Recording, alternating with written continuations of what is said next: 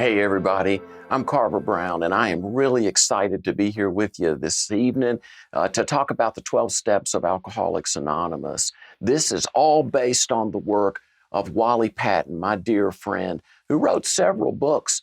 Wally is a AA, Alcoholics Anonymous historian and archivist, and the book that he wrote was Back to Basics, and this is the one that started it all. You know, Wally wrote this book as a history book about the beginner meetings of the 1940s, where people took all 12 steps in 4 one-hour sessions. And when the book went out and was published and went out into the world, people saw this as a how to get sober book and not a history book at all. What's included in this is the format of the way that people took the steps by using the big book of Alcoholics Anonymous. I highly recommend you get this book. Wally wrote a companion piece. This one is the Back to Basics of Recovery. And in this book, Wally takes out any references to alcohol, and he gender neutralizes the material so that the 12 steps would be more accessible to people who are suffering from things other than alcohol. Of course, he also wrote this when we do the 11th step. I really love this material. This is How to Listen to God. Wally wrote this book. I highly recommend it, about the 11th step. And it's a beautiful piece and a wonderful work. This is a deep dive into the 11th step. To do this series of videos with me, you're going to need a big book of Alcoholics Anonymous. Here's mine. It's a 4th edition to the big book.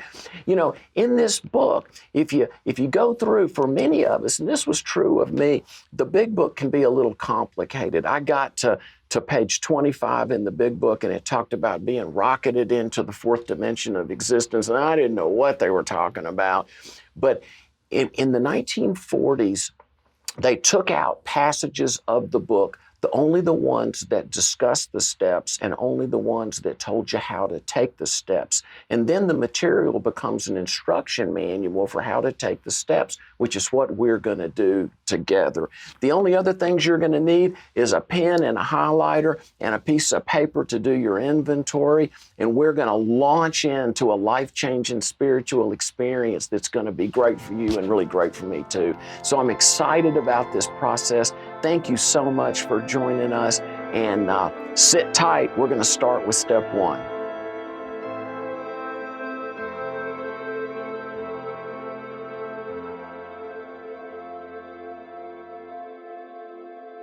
Okay, everybody. Well, step 1, let's jump right into it. We admitted we were powerless over alcohol, that our lives had become unmanageable. I'm going to be using my little bitty big book. This is a oxymoron, you know, a little big book. And so I want you to turn, get your big book, get your highlighter, open up your book to the forward to the 1st edition. It's Roman numeral 13. That's XIII. Start highlighting. This is one of the first passages that were used to take newcomers through the steps in the 1940s. So start highlighting the very first line. We of Alcoholics Anonymous are more than 100 men and women who have recovered from a seemingly hopeless state of mind and body. To show other alcoholics precisely how we've recovered is the main purpose of this book. So right there we learn what the purpose of the book is to show people how to recover. And what are we recovering from? The book tells us a seemingly hopeless state of mind and body. You know, one of the things I like to point out in that, when I do this for groups, is to say, you know, who among us, myself included, doing whatever we were doing that got us here, has it ever felt hopeless? Boy, it sure did for me. And if it did for you too, then we are on our way. Find the last line on that same page, and it's going to talk about the fellowships. It says, we are not an organization in the conventional sense of the word. There's no fees or dues whatsoever. The only requirement for membership is an honest desire to stop drinking, but you can also say to change. We are not allied with any particular faith, sect, or denomination, nor do we oppose anyone. We simply wish to be helpful to those who are afflicted.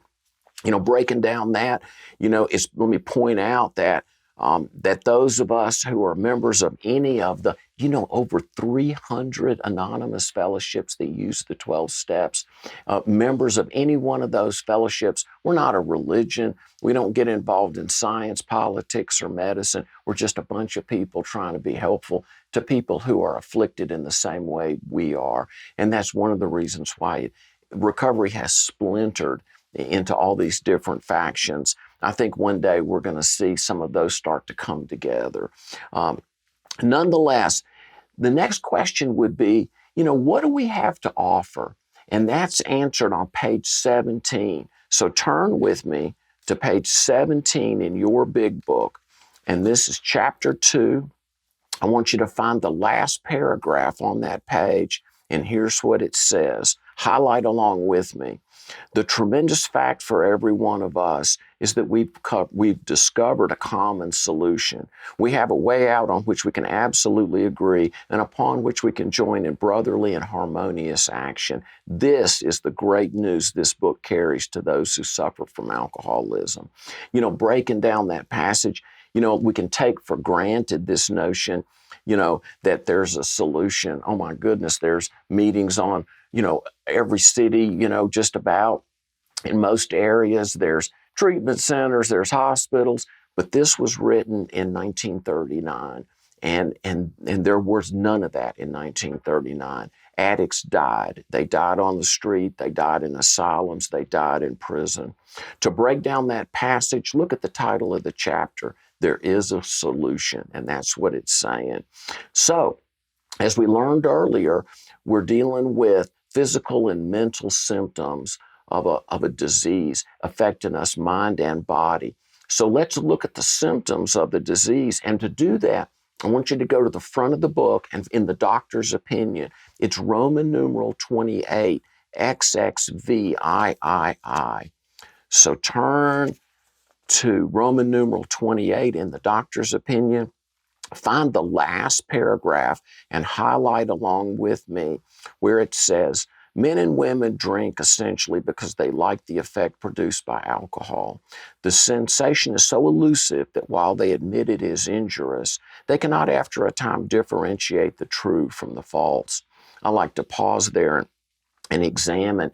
I don't know about you, but in my career that got me here, one of the things that I suffered from was an inability to tell sometimes true from false.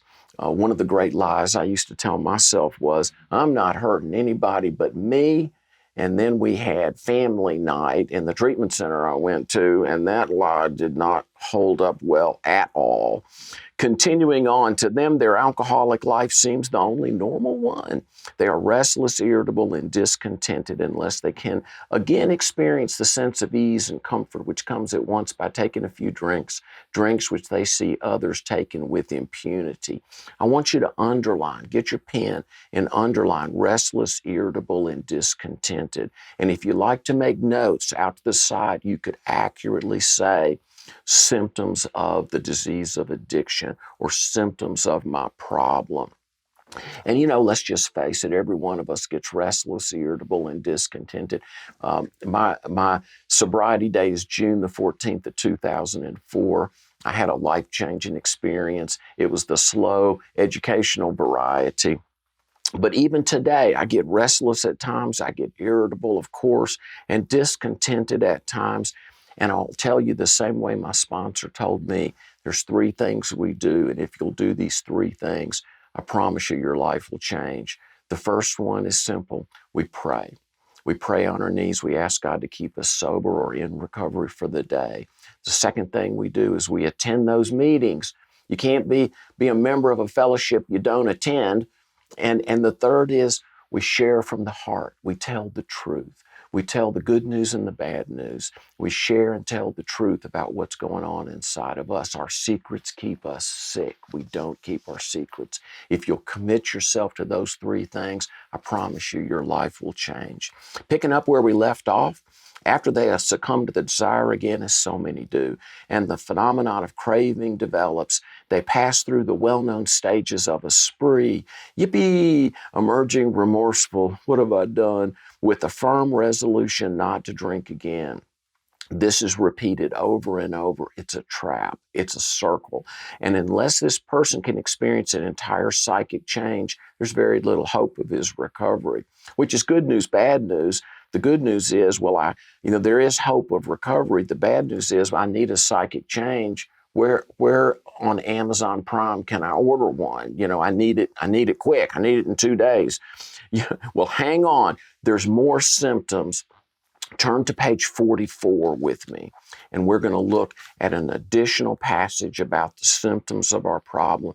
This is chapter 4, page 44, and start 4 lines down from the top of the page where it says, if when you honestly want to, you find you cannot quit entirely, or if when drinking you have little control over the amount you take, you're probably alcoholic.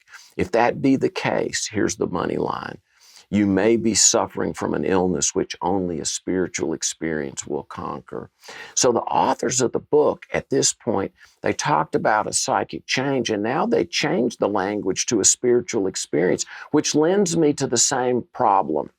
If I'm to have how do I have a spiritual experience if that's what's needed in order to recover? Well, I would ask you to hold your place and flip over to page 59, and this is where you'll find all of the 12 steps in the big book of Alcoholics Anonymous. Flipping over to page 60, you'll see step 12. Step 12 says, having had, past tense, a spiritual awakening. So as the result of these steps, so the steps promise it. The steps promise that in step 12, if you will follow this all the way up to step 12, you will have at this point already had a spiritual awakening. The steps promise it. Okay, going back to where we were, you notice that everything we've talked about is powerlessness over and over again. But that's only the first half of the first step. The second half is unmanageability. Let's look at what the big book says about unmanageability. It's on page 52. So turn to page 52. I want you to find the third paragraph. It's right in the middle of the page, and the second sentence in that paragraph. And see how many of these you qualify for. I qualify for a lot. Second sentence, highlight along with me. We were having trouble with personal relationships. We couldn't control our emotional natures. We were a prey to misery and depression. We couldn't make a living. We had a feeling of uselessness. We were full of fear. We were unhappy. We couldn't seem to be of any real help to other people. If you can identify, as I can, with any one of those, then you too qualify for the unmanageable life. And I'm going to tell you a secret. You can take the steps just on unmanageability. You don't have to be, this is not just for people with addiction. This is for anybody with the unmanageable life. So we've done powerlessness. We've done unmanageability. I think you're ready to take the first step. The first step is on page 30. The big book tells us exactly what to do. Page 30, find the second paragraph on page 30, and here's what it says. It says, we learned that we had to fully concede to our innermost selves that we were alcoholics, or I like to say that we had a problem that we couldn't solve on our own. This is the first step in recovery. The delusion that we are like other people or presently maybe has to be smashed. I had a sponsor that took me through the steps, and I asked him, we read this passage together, and I asked him, how do I smash the delusion that I don't have a problem? And he said to me, as I say to you, that's easy. He told me he was going to ask me the first step question. I'm going to ask you the first step question. And all you have to do is answer with a yes or a no. And here's the first step question. Are you willing to concede to your innermost self that you have a problem that you have not been able to solve on your own? If you can answer yes as I answer yes, then you just took the first step and nothing more is required. God bless you for being on this journey with me. That's the first step. Come back to the next video. Let's do step 2.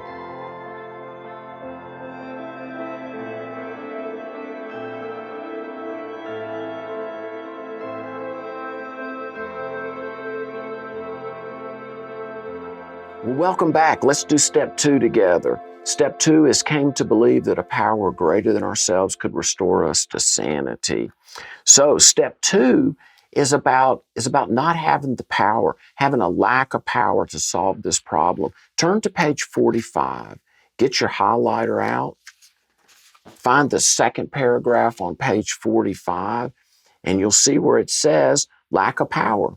That was our dilemma. We had to find a power by which we could live, and it had to be a power greater than ourselves, obviously. But where and how are we to find this power? Well, that's exactly what this book is about.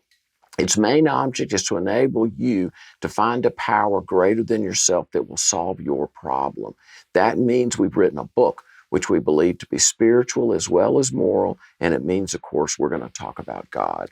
Now, at this point when my sponsor was taking me through the steps, I had had a religious upbringing, and I got a little confused at this point. I was trying to figure out, what this 12 steps of recovery was all about. It was spiritual, but it was gut level real. It seemed to be some combination between Sunday school meets the TV show Cops. It was like, the stories that you hear and everything. But it was pointed out to me that the term God was used just as a matter of convenience. It wasn't for any religious purpose. And so I didn't have to bring any of my religious beliefs into it. Although those of us that do have strong religious convictions, it can be very helpful for us in this second step. But it was pointed out that the term God was just a matter of convenience, and that the book uses many different terms to describe this power: spirit of the universe, great reality, broad highway. There's many, many terms to describe this power. And each of us is free to call this power anything that we want. Any term that is comfortable for us, we can use to describe this power. The only caveat would be that the power is not me. Under my power, I've powered my way right into a residential mental health hospital. So I clearly didn't have the right kind of power I needed. And so the question, though, is if there is a power that is there to help us, where in the world is it? The Big Book answers that question on page 55. Turn to page 55 with me. Find the third paragraph. It's about a quarter of the way down from the top of the page. And highlight this. Actually, we were fooling ourselves. For deep down in every man, woman, and child is the fundamental idea of God. It may be obscured by calamity, by pomp, by worship of other things, but in some form or other it is there. For faith in a power greater than ourselves and miraculous demonstrations of that power in human lives are facts as old as man himself. We finally saw that faith in some kind of a God was a part of our makeup just as much as the feeling we had for a friend. Sometimes we had to search fearlessly, but he was there. He was as much a fact as we were. We found the great reality. There's a term for the higher power, capital G, capital R. We found that great reality deep down within us. Underline that. That's a money line right there. In the last analysis, it's only there he may be found. We can only clear the ground a bit if our testimony helps sweep away prejudice, enables you to think honestly, encourages you to search diligently within yourself. Then, if you wish, you can join us on the broad highway. There's another term for the higher power, capital B, capital H. With this attitude, you cannot fail. The consciousness of your belief is sure to come to you. So what do we need to do? Search diligently within yourself. That is a money line right there. Underline that one too. So here's the irony. The power that I needed to solve the greatest problem I had ever had in my life, bar none, I carried it into the treatment center with me. It had been with me the whole time. I think that I couldn't find it because it was buried in the last place I would have ever thought to look, and that was right in my own heart. Because addiction robs us of matters of the heart. Addiction separates us from the people we love and the people that love us. Addiction separates us from our emotions. And so I needed to follow a spiritual set of principles that would lead me back to open my heart to invite that power to be reunited with me. Power had been there the whole time. But the question is, and I said this to my sponsor, I don't know how to believe. I don't know what to believe. And he said, don't worry. If you're struggling with belief, the big book answers that too. Turn to page 46. Turning to page 46, I want you to find the second paragraph. It's right in the middle of the page and the third sentence in that paragraph. And highlight, we found that as soon as we were able to lay aside prejudice and express even a willingness, circle willingness, that's the key word, willingness to believe in a power greater than ourselves, we commenced to get results, even though it was impossible for any of us to fully define or comprehend that power, which is God. I love that line. So my sponsor said, as I say to you, all you have to do is be willing. And I said, well, how in the world do you be willing to believe? He says, that's easy. He asked me this wonderful question. He said, do you believe that I believe? And I said, well, yeah, I believe that you believe. He had been sober 17 years at the time, and he had one thing that I didn't have. He was happy, and I wasn't. And so I said, yeah, I believe that you believe. He said, that's all it takes for you to be willing. So he says, I think you're ready to take the second step, and that's what I think you're ready for. Let's take the second step together. So it's on the next page. The second step question is on page 47. It's the second paragraph. And here's what it says. We needed to ask ourselves but one short question. Do I now believe, or am I even willing to believe, that there is a power greater than myself? As soon as a man can say that he does believe or is willing to believe, we emphatically assure him he is on his way. It's been repeatedly proven among us that upon this simple cornerstone, a wonderfully effective spiritual structure can be built. I'm going to ask you the second step question, and all that's required of you is to answer with a yes or a no. And here's what it says. Do you now believe, or do you believe that I believe that there's a power greater than you? And if you can say yes and I say yes, then we are well on our way. Congratulations, you just took the second step, and nothing more is required of you.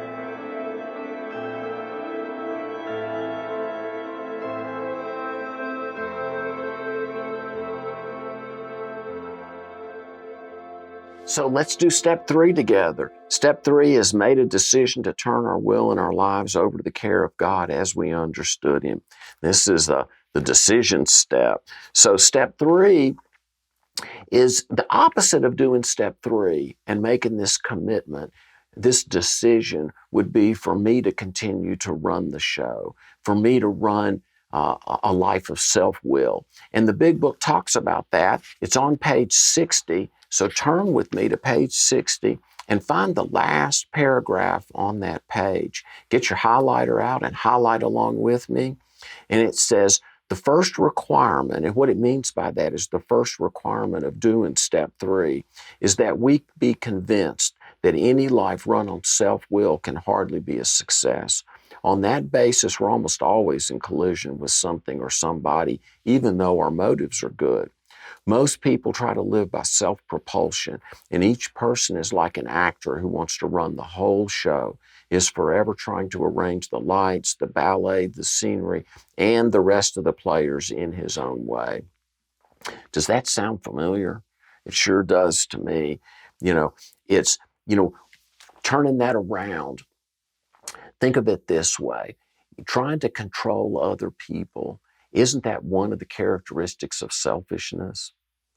And selfishness is one of the things that blocks us from the power to get better. So turn to page 62 and let's examine that. Page 62, second paragraph. Highlight along with me. Selfishness, self-centeredness. That we think is the root of our troubles. Driven by 100 forms of fear, self-delusion, self-seeking, and self-pity, we step on the toes of our fellows and they retaliate. Sometimes they hurt us, seemingly without provocation, but invariably we find that at some time in the past, we have made decisions based on self which later placed us in a position to be hurt. So our troubles, we think, are basically of our own making. They arise out of ourselves, and the alcoholic is an extreme example of self-will run riot, though he usually doesn't think so. I didn't think so. Above everything, we alcoholics must be rid of this selfishness. We must, or it kills us. Strong language. God makes that possible, and there often seems no way of entirely getting rid of self without His aid. Jump down to the next paragraph. This is the how and the why of it. First of all, we had to quit playing God. It didn't work. Next, we decided that hereafter, in this drama of life, God was going to be our director. Jump down 2 lines. Most good ideas are simple, and this concept was the keystone of a new and triumphant arch through which we passed to freedom. Top of page 63. When we sincerely took such a position, all sorts of remarkable things followed. We had a new employer, being all-powerful. He provided what we needed if we kept close to Him and performed His work well. Jump down to the next paragraph, and here's what it says. We are now at step 3. You're at step 3. I'm at step 3. And here's what it says. Many of us said to our Maker as we understood Him. The next part is a prayer. This is the 3rd step prayer.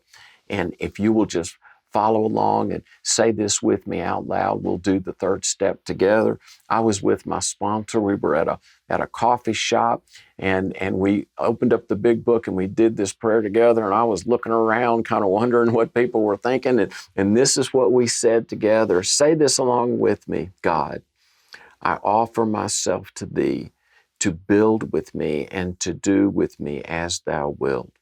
Relieve me of the bondage of self, that I may better do Thy will. Take away my difficulties, that victory over them may bear witness to those I would help of Thy power, Thy love, and Thy way of life. May I do Thy will always. If you said that with me, felt it in your heart, you just took step 3 with me. I want to point out one thing real quick.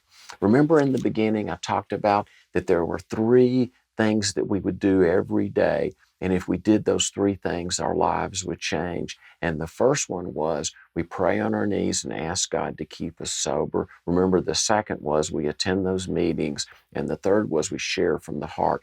Well, look at that first one again.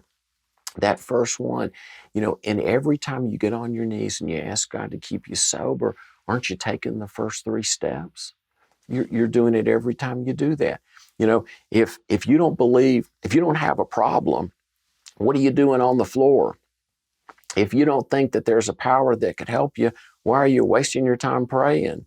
And if you're asking for help throughout the day to stay sober or in recovery, isn't that the simplest of all 3rd step prayers? So following that discipline, every morning we get on our knees, ask God to keep us sober. We're taking the first 3 steps every morning.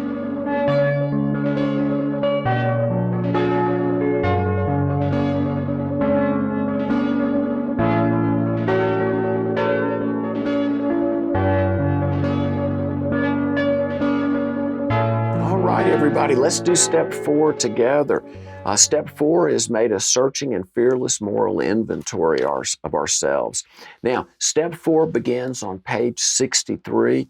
It's 2 lines from the bottom. It's right underneath the 3rd step prayer. And when you look down at the bottom of that page, 2 lines from the bottom, the very first word is next. So when should we do step 4? We should do step 4 immediately after doing the 3rd step prayer. We don't waste time. We go right into it. One of the key principles in the 1940s is we take the steps quickly and often.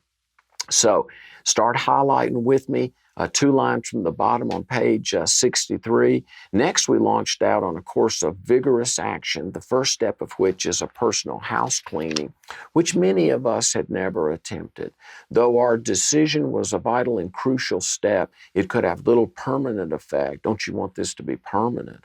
Unless at once, shouldn't we do this at once, followed by a strenuous effort to face and be rid of the things in ourselves which had been blocking us. Our liquor was but a symptom.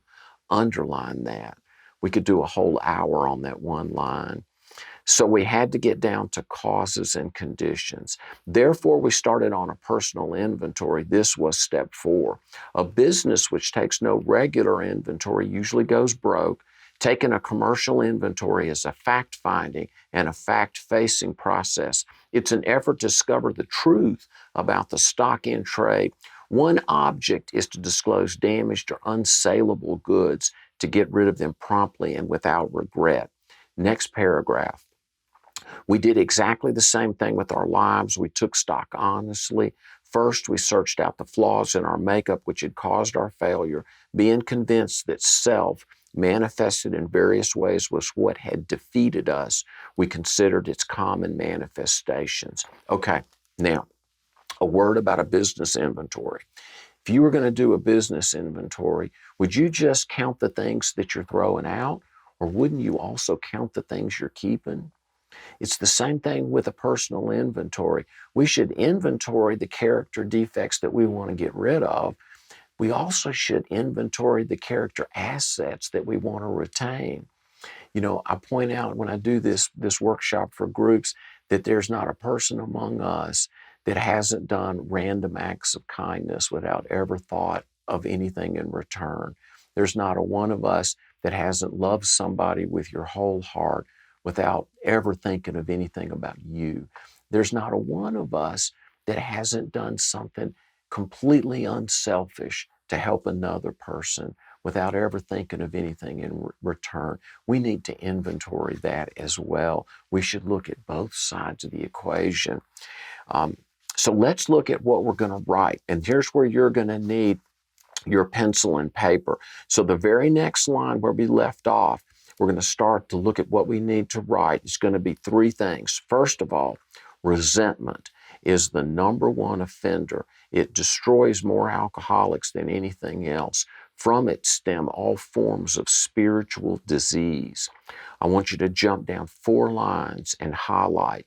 In dealing with resentments, we set them on paper. We listed people, institutions, or principles with whom we were angry. This is what I want you to do. I want you to make a list. I want you to get your paper out.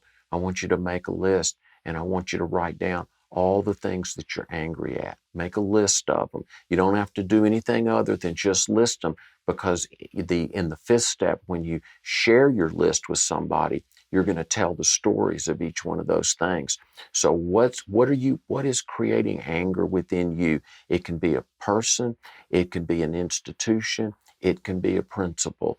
And in many ways, I never forget to put me on that list. Nobody lets me down harder than I let myself down. All right, so that's your first assignment. Make a list of the things that create anger in you. The next part is going to be a fear inventory. It's on page 68.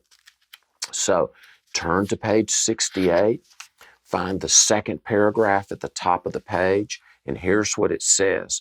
We reviewed our fears thoroughly. We put them on paper even though we had no resentment in connection with them. We asked ourselves why we had them. Wasn't it because self-reliance failed us? Self-reliance was good as far as it went, but it did not go far enough. Second column, I want you to make a list of the things you're afraid of.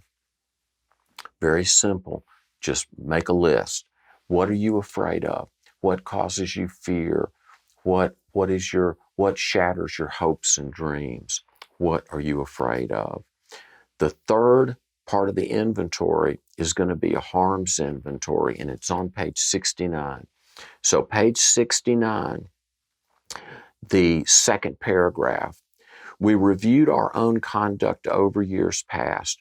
Where had we been selfish, dishonest, or inconsiderate? Whom had we hurt? Did we unjustifiably arouse jealousy, suspicion, or bitterness? Where were we at fault? What should we have done instead? We got this all down on paper and looked at it. The third inventory you want to do is you want to make a list of the people that you've hurt. Who have you hurt? And you can break it down, from character defects.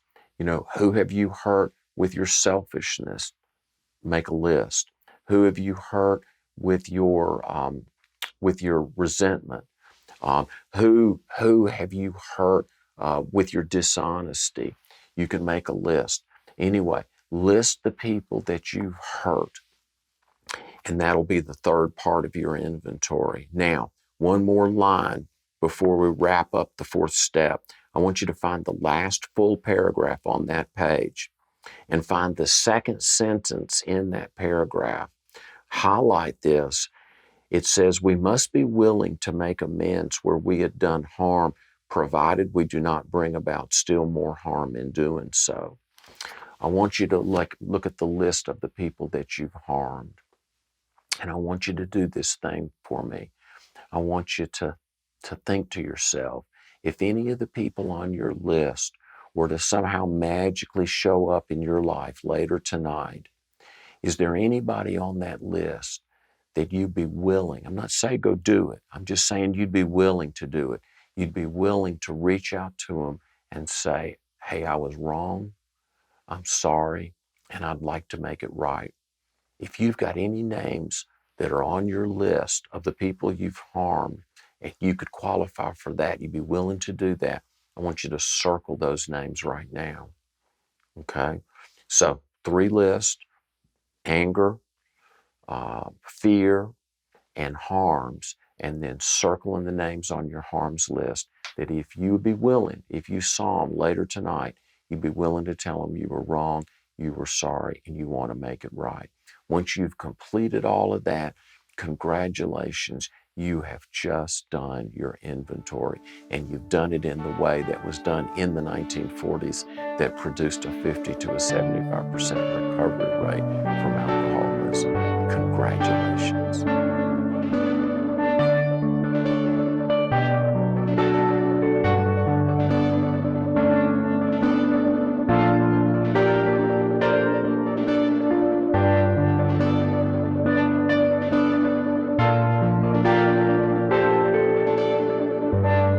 Welcome back. Let's do step 5 together. Step 5 is admitted to God, to ourselves, and to another human being the exact nature of our wrongs. Okay, so the 5th step is going to be on page 72. You've got your inventory, and the 5th step discussion starts with a really great question. It's the first line on page 72. Having made our personal inventory, what do we do about it? I've got these 3 lists. I've got some names. I've got some names circled. What do I do about it? Skip a sentence and highlight. We have admitted certain defects. You guys did that, didn't you? We have ascertained in a rough way what the trouble is. We have put our finger on weak items in our personal inventory. And then it says, now these are about to be cast out. I want you to underline that. It's one of the great promises in the big book of Alcoholics Anonymous, and it can be just read right through the paragraph if you don't take time to sit with that. This requires action on our part, which, when completed, will mean that we have admitted to God, to ourselves, and to another human being the exact nature of our defects. This brings us to the 5th step. All right, I want you to jump down about 6 lines from there and find this and highlight.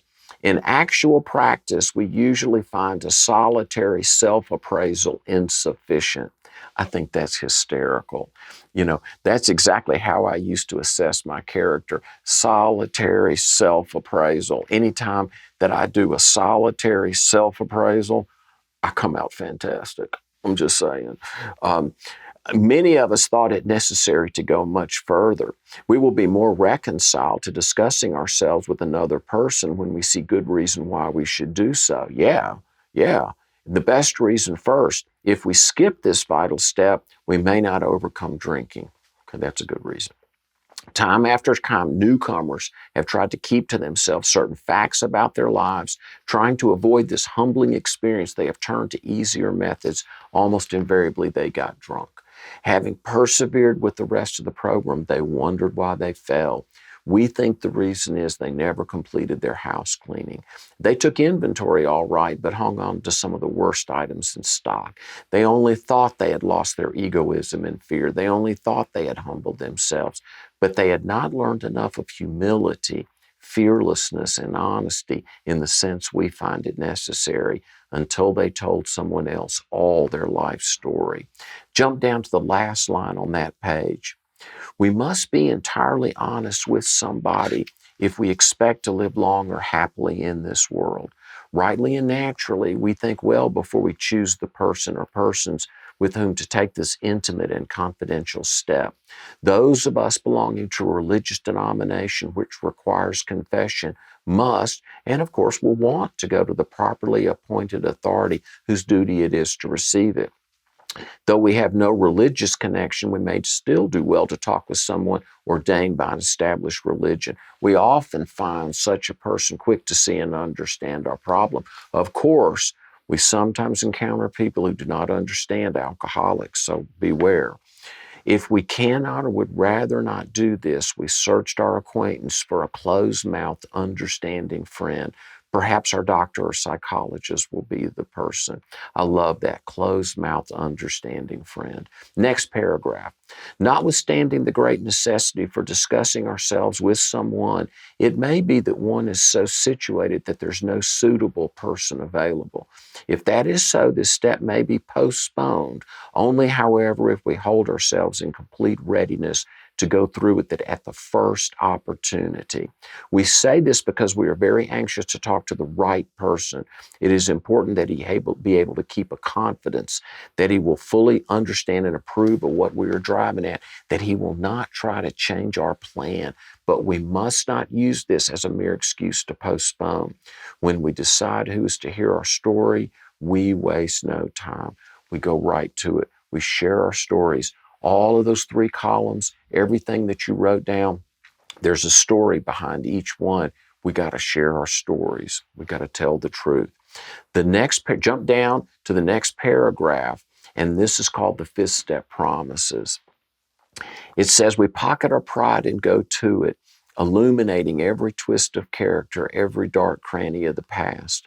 Once we have taken this step, withholding nothing, we are delighted.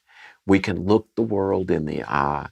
We can be alone at perfect peace and ease. Our fears fall from us. That's a biggie promise there. We begin to feel the nearness of our Creator.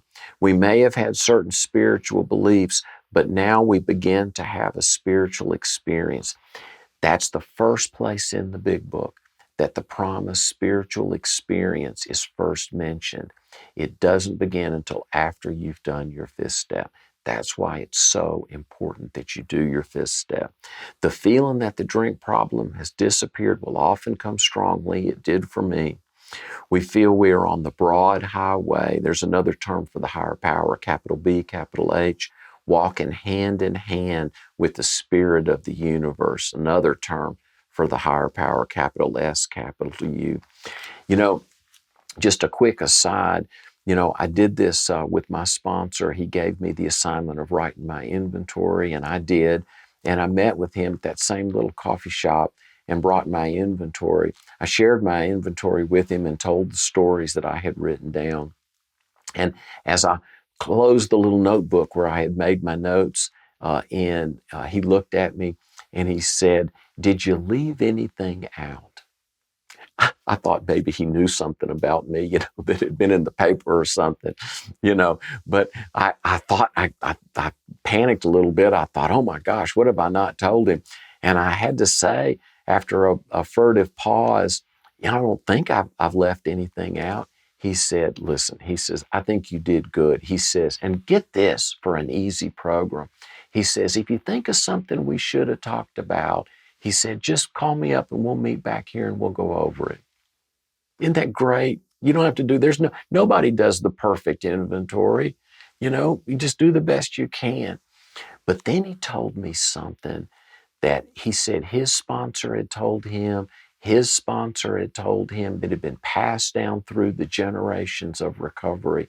And it's the thing I came to tell you today. And it's the single most important thing I'll ever share with any person on the face of the earth. My sponsor told me, as I tell you, you are good men and women who have suffered under the lash of a terrible, terrible disease, or someone else's terrible, terrible disease, or both. And it caused you to do some things you would have never done if it hadn't have been that way. And because of that, you are forgiven. And my sponsor explained to me, as I explained to you, the way the forgiveness piece works is that the people in the rooms of recovery all over the town you're in, they all forgive you. The people in the rooms of recovery all over the planet, they all forgive you. I absolutely forgive you, but most importantly, God forgives you because you are good men and women who have suffered under the lash of a terrible disease that you did not ask to have. You are unwitting participants in a terrible disease that caused you and me to do some things you would have never done if it hadn't have been that way. Because of that, you are forgiven. And I remember walking away from that table that day, and I remember thinking to myself, maybe, just maybe, I could let a little of that forgiveness leak out of me and leak onto my dad. You know, I guess that meant that my dad was a good man who had also suffered under the lash of a terrible disease that had caused him to do some things he wouldn't have done if he hadn't had it. Maybe, just maybe, a little of that forgiveness could leak onto him too. And I honestly believe, as I'm here before you today, that I think in that moment, that's when recovery kind of became real for me right then. God bless you all. I'm so proud of you.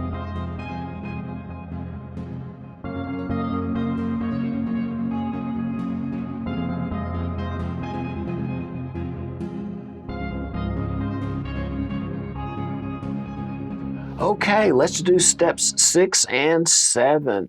And so step 6 is we're entirely ready to have God remove all these defects of character.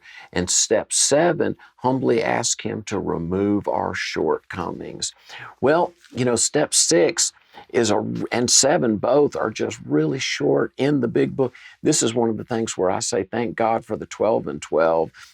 Step 6 is just one little paragraph. And honestly, what was used in the 1940s to take people through the steps was just a simple question. Now that we've done our inventory, now that we've shared our inventory, we're aware of the defects that have been blocking us from the power to get better. And so turn to page 76, get your highlighter ready, start 3 lines from the top of the page, and highlight, are we now ready to let God remove from us all the things which we have admitted are objectionable?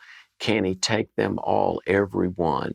And I'm just going to ask you, that is the 6-step question. So I'm going to ask you, are you now ready to let God remove from you all the things which you have admitted are objectionable? Can He take them all, every one? And I say yes. And if you say yes, then you just took the 6th step with me. The big book says that, actually in the 12 and 12, the step 6, this is the step that separates the men from the boys. You know, up until now, you know, not much has changed. You know, we've done it. We've said some prayers. We've made some commitments. We wrote an inventory. We shared our inventory. But now we're about to change. Now we're getting ready to put aside. And I remember saying to my sponsor, I was like, you know, well, this change that's coming over, what if I don't like the change? He looked at me and he says, you know, your misery is 100% refundable. Anytime you want to go back to that old way of living, you know, it's a wide open door for you. I told him, I think I'll do it this way. It's a lot better. And then if you go down to the next paragraph, here is the 7-step prayer. It says, when ready, we say something like this. And if you want to take the 7th step exactly the same way I did with my sponsor, then say this with me out loud. My Creator, I am now willing that you should have all of me, good and bad. I pray that you now remove from me every single defect of character which stands in the way of my usefulness to you and my fellows. Grant me strength as I go out from here to do your bidding. Amen. And then it says, we have then completed step 7. You know, one of the things that was pointed out to me was, it doesn't say, and with magic fairy dust, the character defects go away and they never return. You know, my character defects are buried alive. You know, you get me in the right circumstances, lack of sleep, not eating, getting hungry. What is it? Hungry, angry, lonely, or tired. And those character defects, it's like pouring Miracle Grow on my character defects. They will blossom and come back. The miracle of the 12 steps is, somebody said at a meeting one time I heard, the water gets hotter quicker. I'm more aware of my character defects, and I sense them coming to the surface way sooner than they become, the toxic problem that they were in the past. Through awareness of the steps and awareness of my character, I'm starting really to realize what my tendencies are. I spot those things quicker. I take action. Remember, what are the action steps we take when we see our character defects coming back? Remember, we pray, we get to a meeting, and we tell the truth, and we share from the heart. And if we do those 3 things, then we will keep the character defects at bay. But when they do, we've got more steps that we can work through to help us rectify situations. So I'm really proud of you. Thank you for staying with us, steps 6 and 7. And now we're getting ready to go on to steps 8 and 9.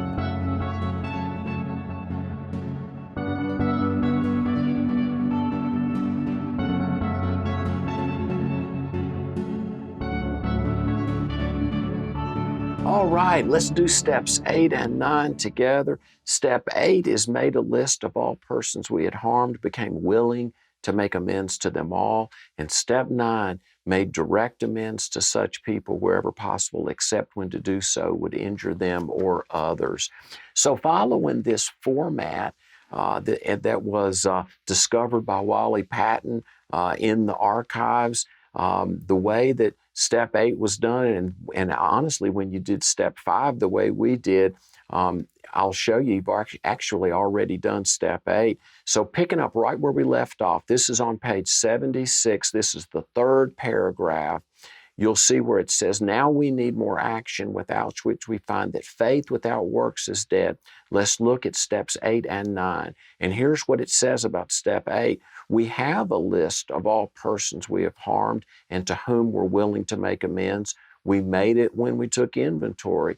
And those are the names that are on your inventory list that you circled when we did our 5th step. So congratulations, you've already done step 8. You are cruising right along. So skip a sentence and let's jump right into step 9. It says, now we go out to our fellows and sweep away the debris which has accumulated out of our effort to live on self-will and run the show ourselves. If we haven't the will to do this, we ask until it comes. Remember, every time the big book says ask, it means pray. Remember, it was agreed at the beginning we would go to any lengths for victory over alcohol.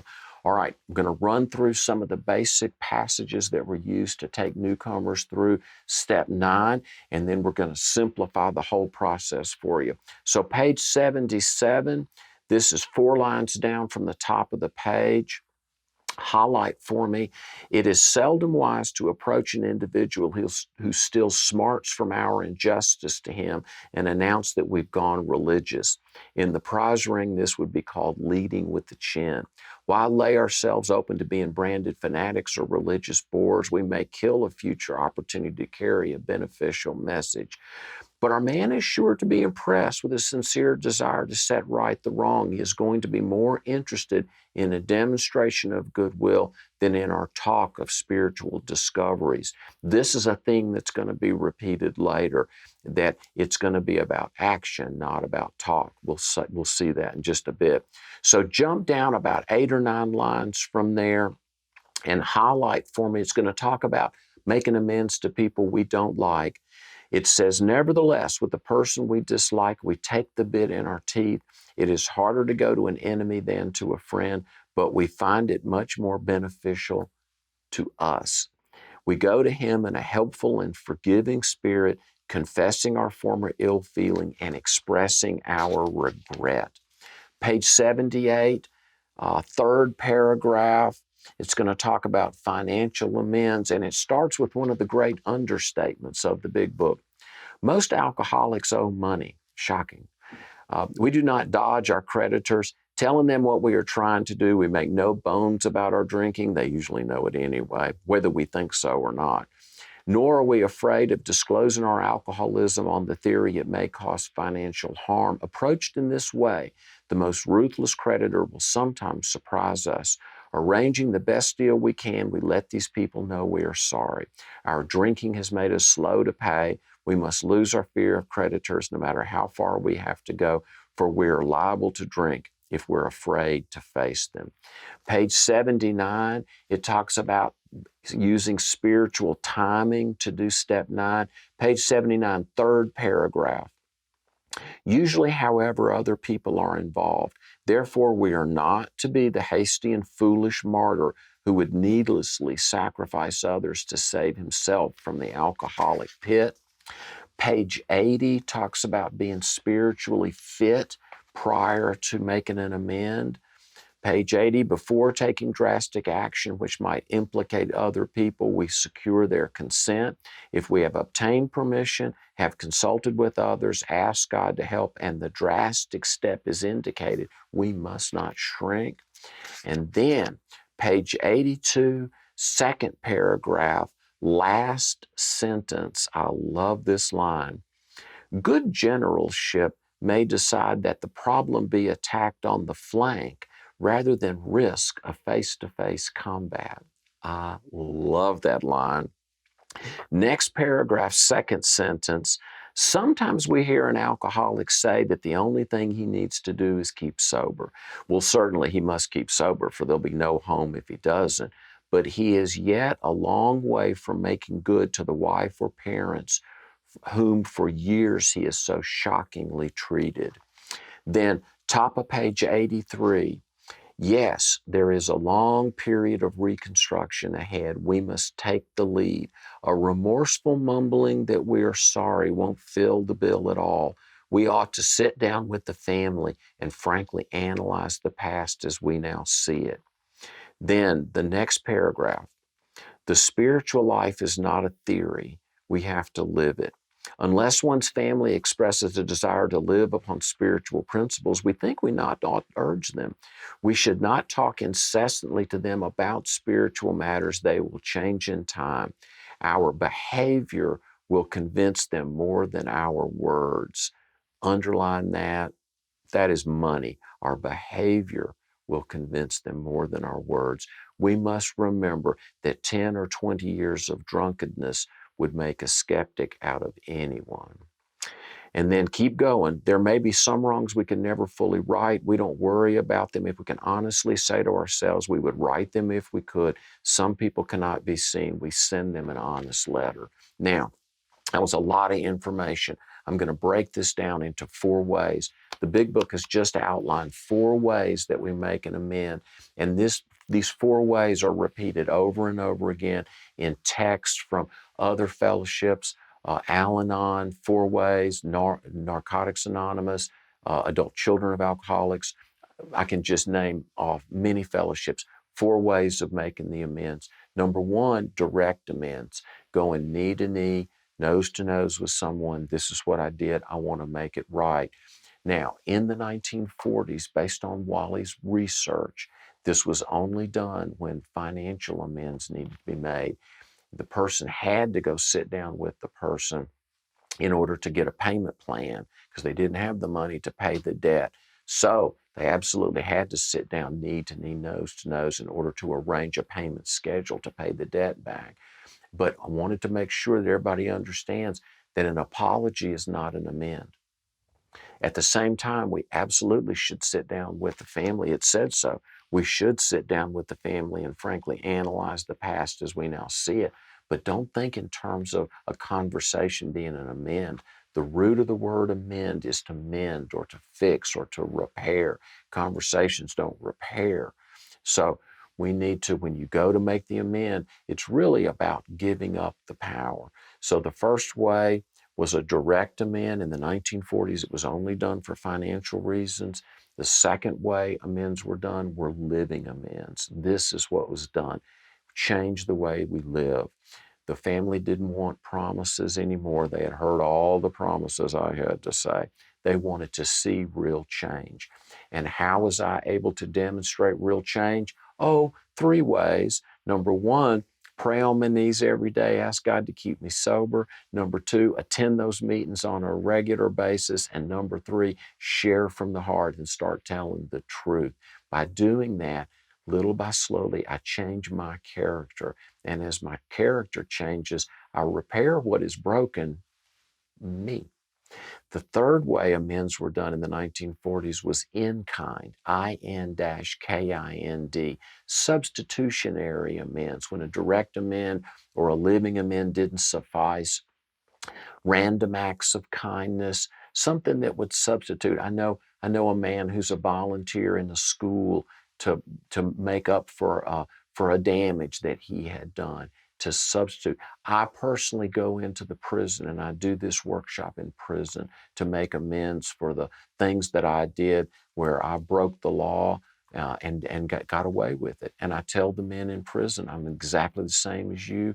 The only difference is I did not get caught, but I'm here to do this workshop with you to make an amend for the things I got away with.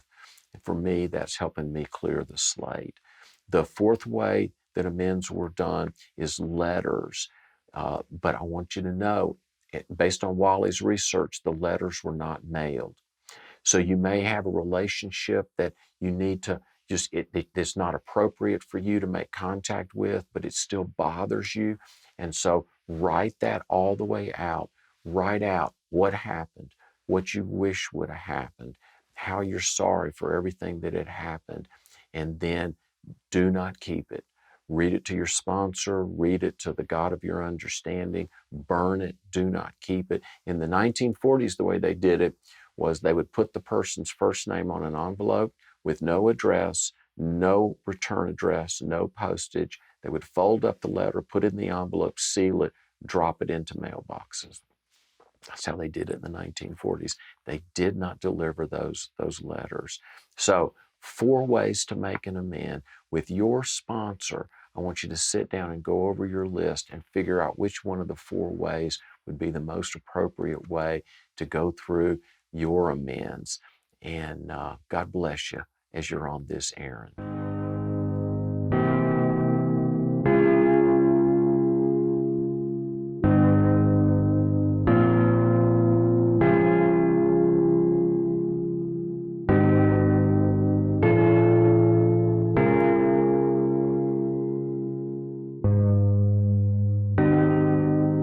Okay, welcome back, everybody. We're going to do step 10 together. Step 10 is continue to take personal inventory, and when we were wrong, promptly admitted it.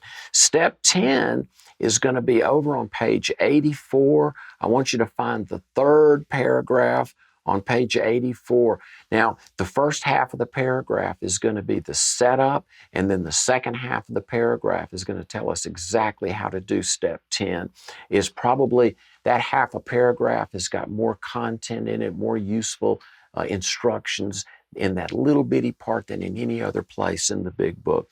So 3rd paragraph, page 84, get your highlighter out. This is one of the passages that was used to take newcomers through the steps in the 1940s. It begins, this thought brings us to step 10, which suggests that we continue to take personal inventory and continue to set right any new mistakes as we go along. We vigorously commenced this way of living as we cleaned up the past. We have entered the world of the Spirit. I love that line. Our next function is to grow in understanding and effectiveness. This is not an overnight matter. It should continue for a lifetime. You know, up until now, the steps has been next, at once, and we waste no time. And now when we get to step 10, the authors put the brakes on and they say, whoa, whoa, whoa. Up now at step 10, this is not an overnight matter. We're going to continue to work step 10, 11, and 12 for the rest of our lives. And now it's going to tell us exactly how to do step 10. And so it says, continue to watch for selfishness, dishonesty, resentment, and fear. Remember where that comes from our 4-step inventory. And notice that it doesn't say if these crop up, it says when, because they're going to crop up. I'm going to be selfish at times. I'm going to have a propensity to not tell the truth at times. I'm going to have resentment and fear at times, of course. And these are going to crop up. And when they do, this is what we do. Take your pen, make a little number 1 right there. When these crop up, put a little number 1 there. The first thing we do, we ask God at once to remove them. What is that? Anytime the big book says ask, it means pray. So the first thing we do is pray. Now put a little number 2 right there. The second thing we do, the second way we work a 10th step, is we discuss it with someone immediately. That's the same way as saying share from the heart. Isn't this starting to sound familiar? Put a little number 3 there and make amends quickly if we have harmed anyone, but don't make an amend unless you have, you know. If you've harmed someone, make an amend and then put a little number 4 there. Then we resolutely turn our thoughts to someone we can help. It was pointed out to me that it doesn't say run out and help somebody. It says turn your thoughts to someone you can help. And I think these days one of the best ways I can do that is to pick up the phone and make a call to somebody. Just some of my friends in recovery, somebody I hadn't talked to in a while, just reach out and ask them how they're doing. Anytime I reach out to somebody and ask them how they're doing, I am instantly not thinking about me. And I'm getting myself out of my problem and into somebody else and helping somebody else. It's the greatest thing in the world to pick up the phone and just say, hey, you came up in my morning guidance and I just wanted to check up on you and tell you I love you and ask how you were doing. Wonderful thing. And so turn our thoughts to someone we can help. And the paragraph ends with our code. Love and tolerance of others is our code. That little half a paragraph, I'm telling you what, virtually the whole program is just wrapped up in that little half a paragraph. And then it finishes with one of my favorite parts of the book, the 10th step promises. Very next line, and here's what it says. And we have ceased fighting anything or anyone, even alcohol. For by this time sanity will have returned. We will seldom be interested in liquor. If tempted, we recoil from it as from a hot flame. We react sanely and normally. We will find that this has happened automatically. We will see that our new attitude toward liquor has been given us without any thought or effort on our part. It just comes. That's the miracle of it. We're not fighting it, neither are we avoiding temptation. We feel as though we've been placed in a position of neutrality, safe and protected. We've not even sworn off. Instead, the problem has been removed. Underline that. The single greatest promise in the whole big book, the problem has been removed. The thing that tried to kill me, ruin my life, make the people that love me suffer unmercifully, the greatest problem I'd ever had in my life, bar none, oh, that thing, it's been removed. It doesn't exist for us. We are neither cocky nor are we afraid. That is our experience. That is how we react, so long as we keep in fit spiritual condition. How do we keep in fit spiritual condition? You keep doing that 10th step every day, and you'll be keeping in fit spiritual condition. God bless you all.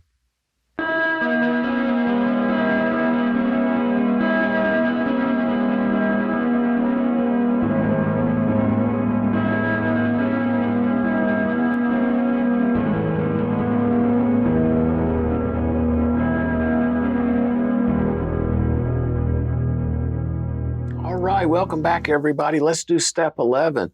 Step 11, sought through prayer and meditation to improve our conscious contact with God as we understood Him, praying only for knowledge of His will for us and the power to carry that out. All right, step 11 is going to be on page 85. It starts 2 lines down from the bottom of the page. Get your highlighter ready and then highlight with me. Step 11 suggests prayer and meditation. We shouldn't be shy on this matter of prayer. Better men than we are using it constantly. It works if we have the proper attitude and work at it. It would be easy to be vague about this matter, yet we believe we can make some definite and valuable suggestions. There's probably better suggestions, more specific, valuable suggestions on step 11 than anywhere else in the big book. So it starts with, right the very next line, when we retire at night, we constructively review our day. Were we resentful, selfish, dishonest, or afraid? Remember that? Step 10, step 4. Do you think that we have a problem being resentful, have a problem with selfishness, dishonesty, or fear? It's the only thing in the big book I'm aware of that is repeated word for word 3 times. Do we owe an apology? Have we kept something to ourselves which should be discussed with another person at once? Were we kind and loving toward all? What could we have done better? Were we thinking of ourselves most of the time, or were we thinking of what we could do for others, of what we could pack into the stream of life? Jump down to the next paragraph. On awakening, let us think about the 24 hours ahead. We consider our plans for the day. Before we begin, we ask God to direct our thinking. Underline that. Ask God to direct our thinking. That's money. That is money right there. If you've never done an 11-step guidance meeting, I want you to locate one.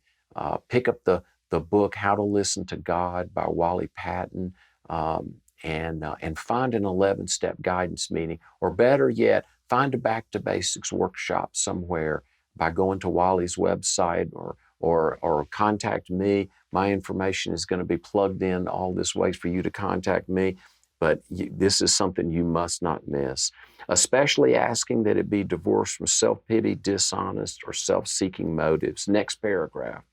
In thinking about our day, we may face indecision. We may not be able to determine which course to take. Here we ask God for inspiration and intuitive thought or a decision. We relax and take it easy. We don't struggle. We are often surprised how the right answers come after we have tried this for a while.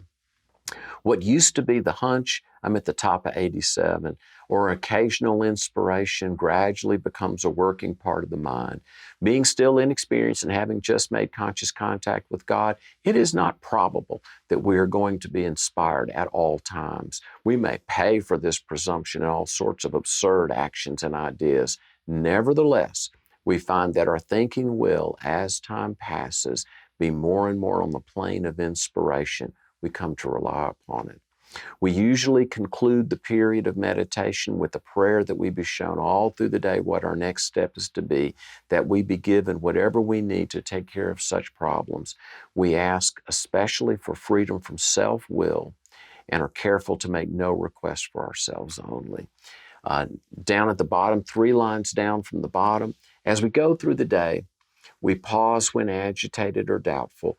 We ask for the right thought or action. We constantly remind ourselves that we are no longer running the show, humbly saying to ourselves many times each day, "Thy will be done." We are then in much less danger of excitement, fear, anger, worry, self-pity, or foolish decisions. We become much more efficient. We don't tire so easily, for we are not burning up energy foolishly as we did when we were trying to arrange life to suit ourselves. It works. It really does. We alcoholics are undisciplined, so we let God discipline us in the simple way we have just outlined. But that is not all. There is action and more action. Faith without works is dead. Thank you for letting me share that 11th step with you. You are on your journey, and now let's move right on to step 12.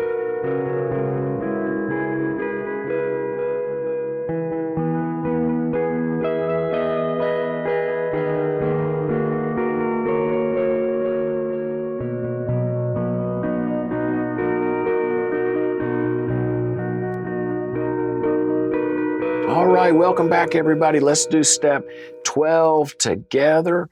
And the 12th step is having had a spiritual awakening as the result of these steps. We tried to carry this message to alcoholics and to practice these principles in all our affairs.